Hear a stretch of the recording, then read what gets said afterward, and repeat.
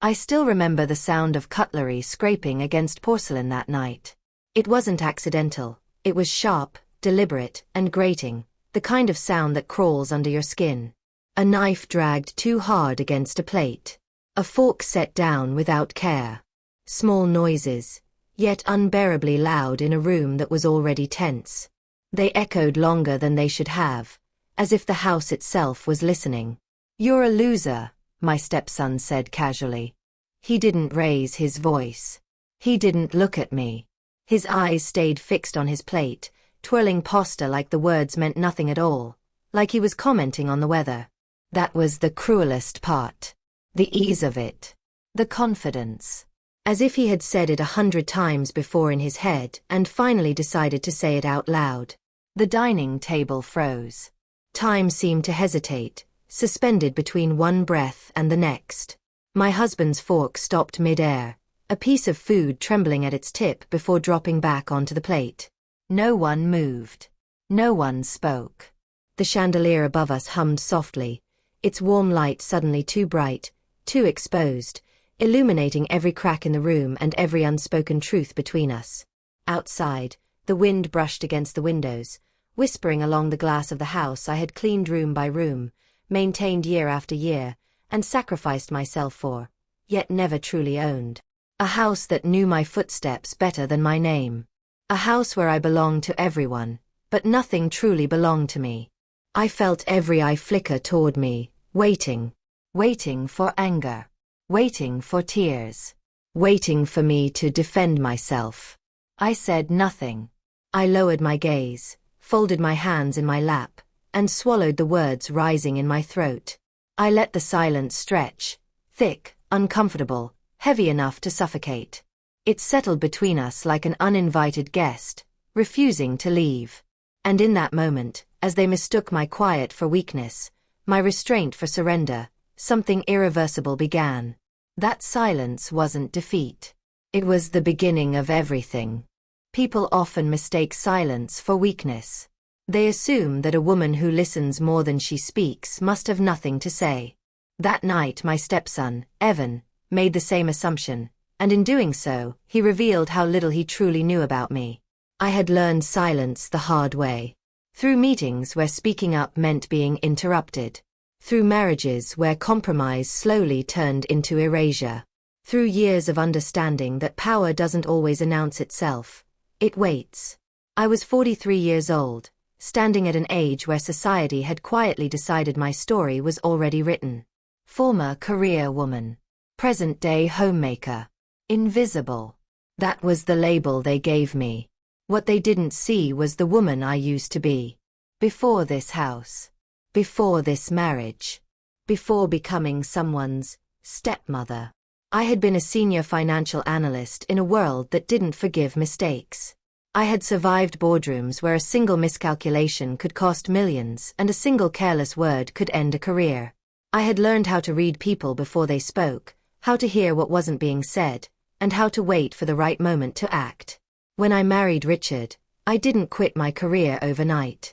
I stepped back slowly, first temporarily, then permanently, because someone had to be available, someone had to be flexible, someone had to keep the household running while everyone else chased success outside its walls. That someone was me. Evan never saw the transition. To him, I had always been there, setting the table, remembering birthdays, smoothing over arguments, fixing what others broke. Consistency looks like nothing when you've never lived without it. He didn't know I was the one who helped him draft his first resume at the kitchen counter. He didn't know I practiced interview questions with him late into the night while Richard slept. He didn't know I reviewed his contracts, quietly flagging risks I was never thanked for. To Evan, I was simply the woman who no longer worked. And in his world, that made me expendable. What he never understood was this. I didn't lose my power when I became quiet. I learned how to sharpen it. A marriage doesn't collapse in one dramatic moment. It erodes, slowly, quietly, through small compromises that pile up until one person is standing firmly on solid ground while the other is balancing on shifting sand. Mine tilted so gradually that by the time I noticed, I was no longer sure when it had begun. Richard was not a cruel man. That truth complicated everything. He never raised his voice, never struck me, never openly disrespected me. Instead, he loved me in ways that were convenient, predictable, controlled, and comfortable for him. He believed that providing was the same as valuing, and that assumption allowed him to stop listening. When we first married, we were equals. Two professionals with demanding careers. Two incomes that met in the middle. Two opinions that carried weight at the table. We spoke the same language then: deadlines, risks, projections, long-term planning. We challenged each other. We debated. We respected each other's minds. That balance didn't shatter overnight. It thinned. Evan was still adjusting to life with a stepmother. The house needed more attention. Schedules conflicted. Someone had to be flexible, someone had to be available, someone had to soften the sharp edges of everyone else's ambitions. That someone was me. At first, stepping back from my career was framed as a pause. Just for a little while, Richard said. Until things stabilize. I believed him. Or maybe I believed in us. Months turned into years. My office became a spare room. My business suits were replaced with practical clothes. My calendar emptied of meetings and filled with obligations no one noticed because they were always done. As my absence from the industry grew, Richard's confidence grew with it. You probably wouldn't enjoy those conversations anymore, he'd say when colleagues came over. It's all changed since you left. The words were gentle, almost caring. But they carried an unspoken conclusion. You no longer belong there. And I watched him make decisions, financial, personal, future-shaping, without asking my opinion. Not because he didn't love me, but because he no longer saw me as someone whose judgment mattered. Evan noticed everything. He noticed how his father explained money to me as if I were learning it for the first time. He noticed how my silence went unchallenged. He noticed how easily I was excluded. Children learn power by watching who is heard and who is ignored. At dinners, conversations about investments, promotions, and market risks flowed around me like background noise. You wouldn't find this interesting, Evan would say, not unkindly, already turning away. Richard never corrected him. That was when something fundamental shifted. Not in anger. Not in tears. In clarity. I understood then that my role had been quietly rewritten. I was no longer a partner. I was support. Infrastructure. The steady foundation no one thanked because it never cracked. And still, I stayed. Not because I didn't see what was happening. Not because I lacked the strength to leave. But because I was paying attention. Because I was learning exactly how they measured worth. And because once you understand the rules of a system, you also understand how easily it can fall apart. The dinner was supposed to be a celebration. Evan's promotion. His latest victory. Another milestone in a life that had been carefully constructed to look impressive from the outside. Richard insisted we make it special. Expensive wine, imported cheese, candles that were never used on ordinary nights. The kind of dinner that looks good in photographs but feels rehearsed in real life. I set the table myself. Polished the silverware until it reflected the chandelier's light. Folded the napkins just the way Richard liked. Cooked Evan's favorite dish, even though he never thanked me for it anymore. I moved through the kitchen quietly, efficiently, like someone who had practiced being invisible. Guests arrived, Evan's colleagues, people with sharp smiles and louder laughter. They shook Richard's hand firmly. They barely glanced at me. "And you are?" one of them asked, already distracted. "His wife," I said. The conversation moved on. During dinner, the talk revolved around numbers, markets, influence. Evan held court at the head of the table, confident, relaxed, feeding off the admiration. He spoke about deals I recognized immediately, strategies I had once taught, risks I could already see forming. No one asked what I thought. Halfway through the meal, Evan leaned back in his chair, swirling wine in his glass. His voice carried easily over the table. "Honestly," he said with a small laugh, It must be terrifying to wake up every day knowing you don't contribute anything real anymore. A few guests chuckled, uncertain whether it was a joke. My hands stilled in my lap. I looked at Richard. He hesitated, just a fraction of a second too long. Encouraged, Evan continued. No ambition. No relevance, he said casually. Then, without even looking at me, he delivered the words that would fracture everything. You're a loser. The room went silent. Forks froze mid-air. Glasses hovered inches from lips. Someone cleared their throat, then thought better of it. Even the guests seemed to realize they had crossed into something deeply personal. Richard finally spoke. Evan. I raised my hand. It's fine, I said softly. Evan smiled, relieved, victorious. To him, my calm confirmed everything he believed about me. The chandelier hummed above us. Outside, the wind pressed against the windows of the house I had poured years of myself into. I felt something settle deep inside me, not anger, not humiliation, but a sudden, unmistakable clarity. They were waiting for me to react. Instead, I stayed silent. And in that silence, as the dinner resumed awkwardly and the wine kept flowing, a line was crossed, one that could never be uncrossed. That night didn't end with raised voices or slammed doors. It ended with a decision. That night, after the guests left and the house finally exhaled, I did not cry. I washed the dishes. I wiped the counters. I folded the napkins Evan had mocked earlier without realizing it. I moved through the rooms with mechanical calm, responding when spoken to, offering nothing more than necessary. Richard asked if I was okay. I'm fine, I said. And for the first time, it wasn't a lie. When the house fell asleep, I stayed awake. I sat alone at the dining table long after the candles had burned out, listening to the refrigerator hum, replaying the evening in precise detail. Not emotionally, strategically. Every word Evan had said. Every reaction. Every hesitation. Anger is loud. It rushes. It makes mistakes. I had learned long ago that real power moves quietly. I opened my old laptop. The one I hadn't touched in years. The one Richard assumed held nothing more than photos and forgotten documents. The screen flickered as it came to life, familiar in a way that felt like muscle memory returning. I didn't rush. I updated the operating system. Installed security patches. Restored encrypted folders I had archived when I stepped away from my career. Each action was deliberate, methodical, comfortingly precise. This wasn't revenge yet. This was reconnaissance. I began with what was public. Linked profiles. Corporate press releases. Evan's interviews.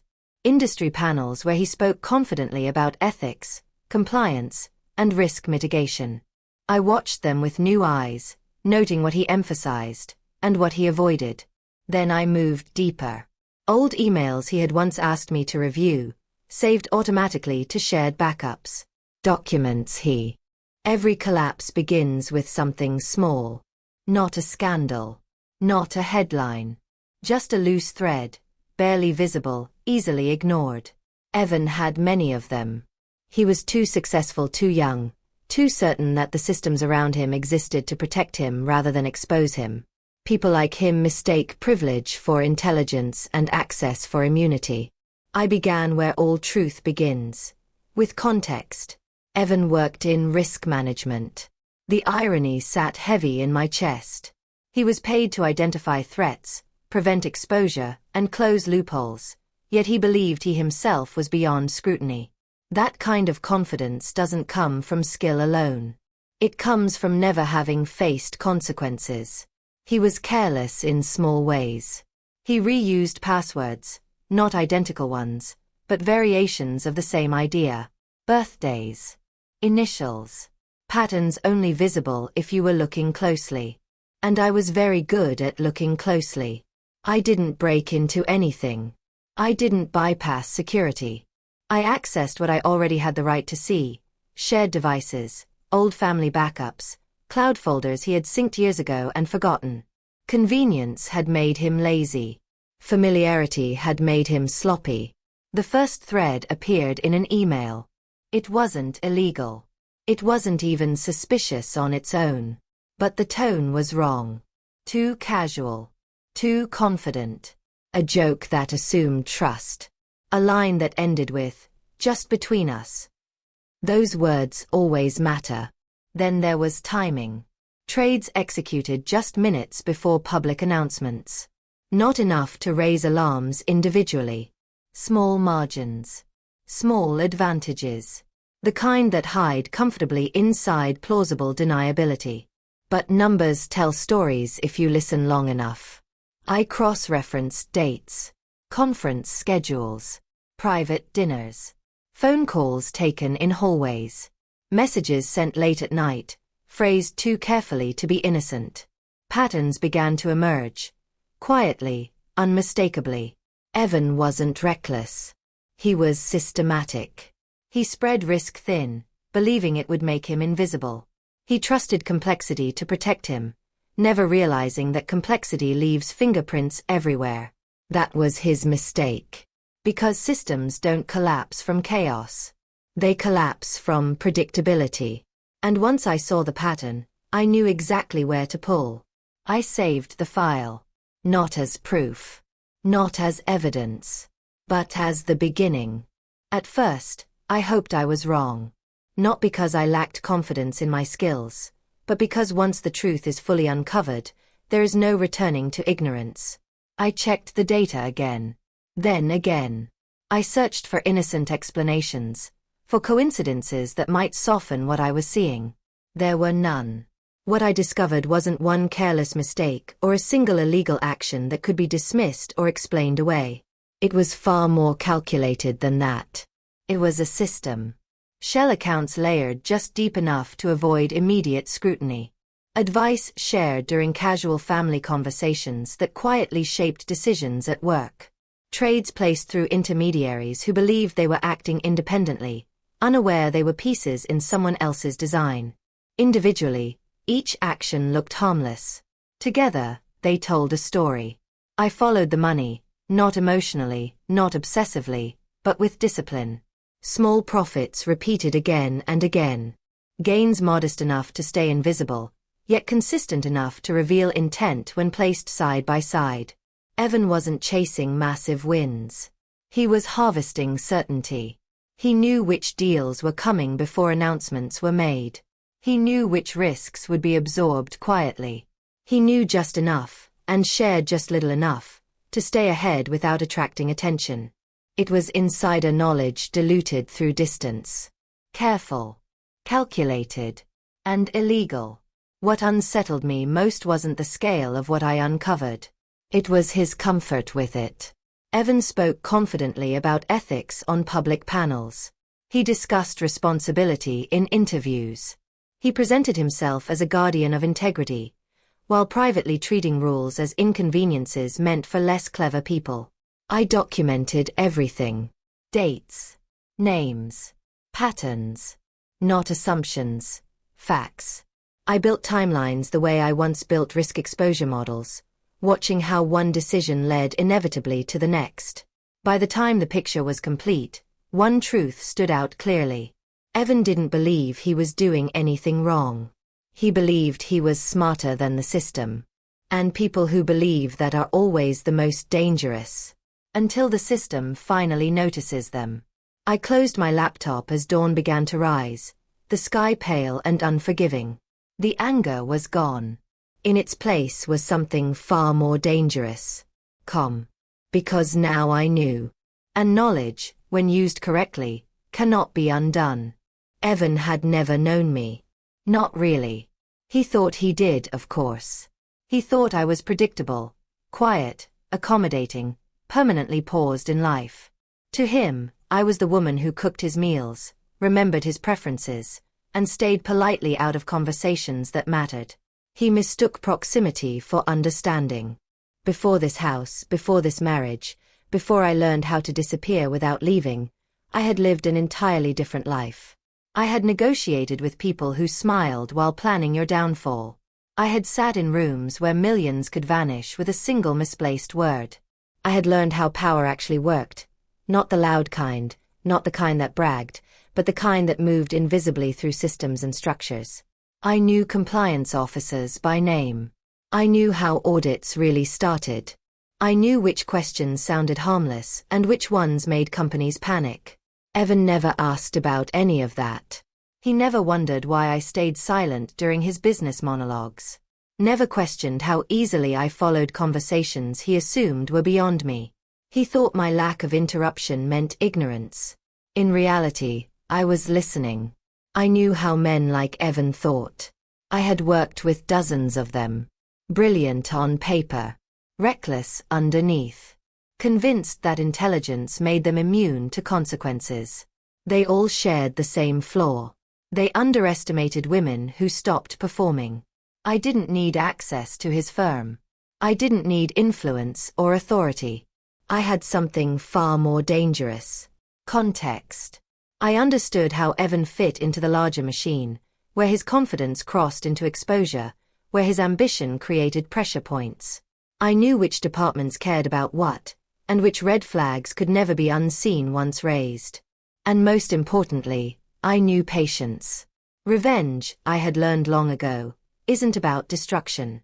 It's about alignment. You don't push the first domino. You position it so that gravity does the work.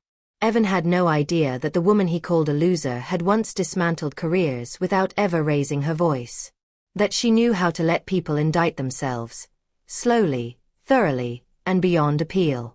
That night, as he slept soundly under the same roof, convinced the world still belonged to him, I understood something with absolute clarity.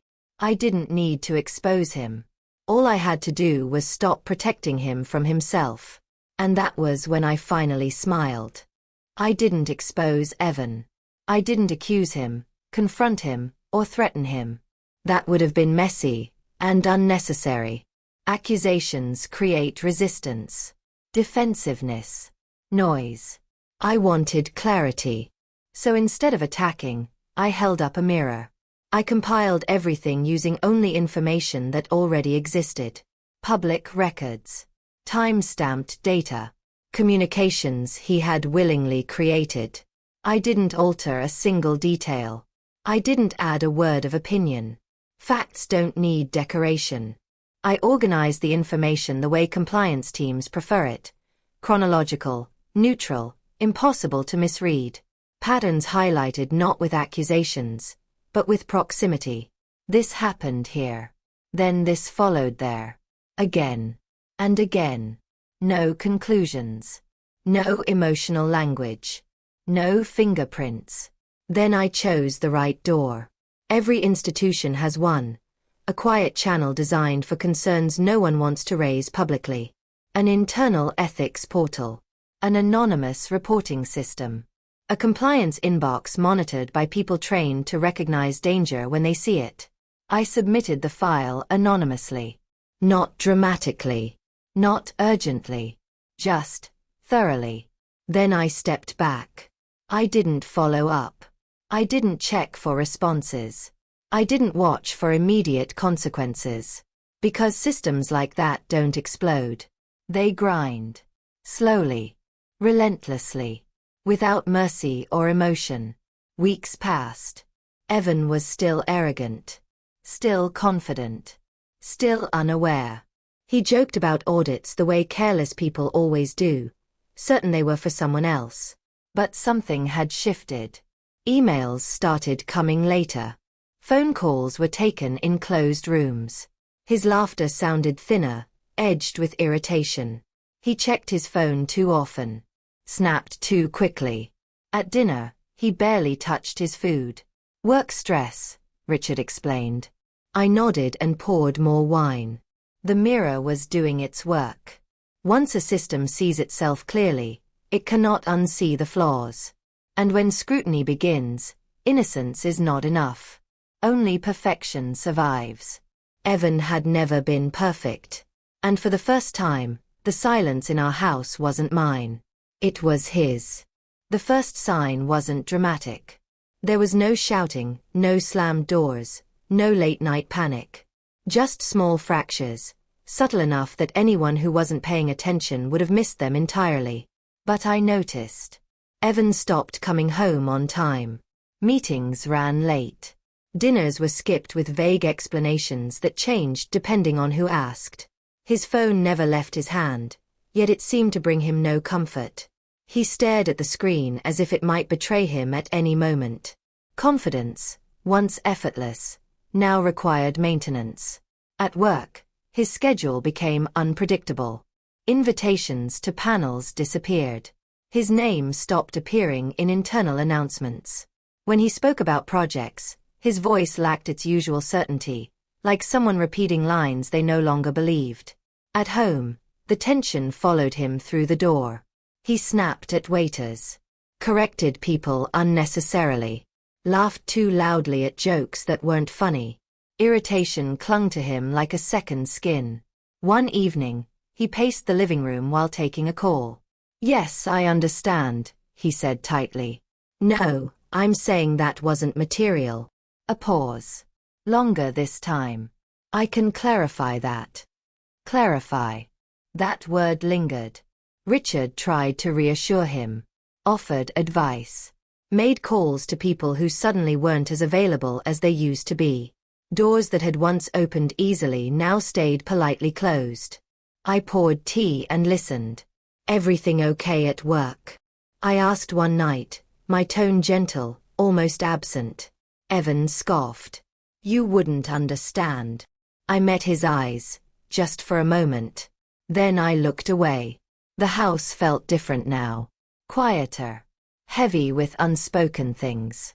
The silence that once belonged to me had shifted, settling squarely on Evan's shoulders. Systems had started asking questions. And questions once asked, do not stop. The cracks were still small, but they were spreading. Power doesn't vanish all at once. It retreats. Quietly. Methodically. In ways that are easy to deny. At first, Evan still left the house every morning in his tailored suit, still adjusted his tie in the mirror, still carried himself like someone important. But the rituals no longer matched the reality behind them. The first restriction came disguised as procedure. "Temporary," he said one evening, forcing a smile that never reached his eyes. "Just routine compliance stuff." His access was limited. Certain systems required approval now. Reports that once arrived automatically stopped coming altogether.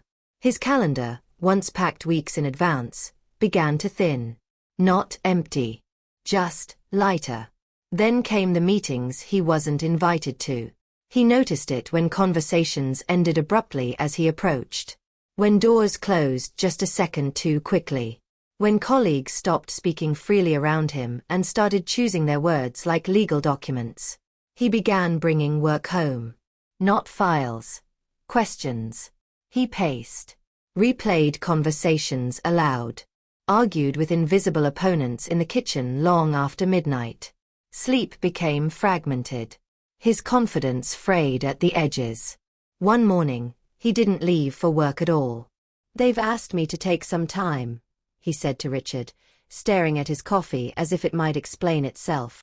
"Just until things clear up." A leave of absence. In his world, that phrase carried weight. Richard tried to intervene. Made calls. Pulled favors that used to work. But influence has a shelf life, and Evans was expiring fast. I watched quietly. Not with satisfaction. Not yet. With recognition. I had seen this stage before. The moment when people realize they are no longer steering the machine, only riding it. When authority turns conditional. When confidence becomes hope. Evan avoided my gaze now. The man who had called me a loser could barely look at me at all. And for the first time since that dinner, I understood something with absolute certainty. He felt it. The ground shifting beneath him. And there was nothing he could do to stop it.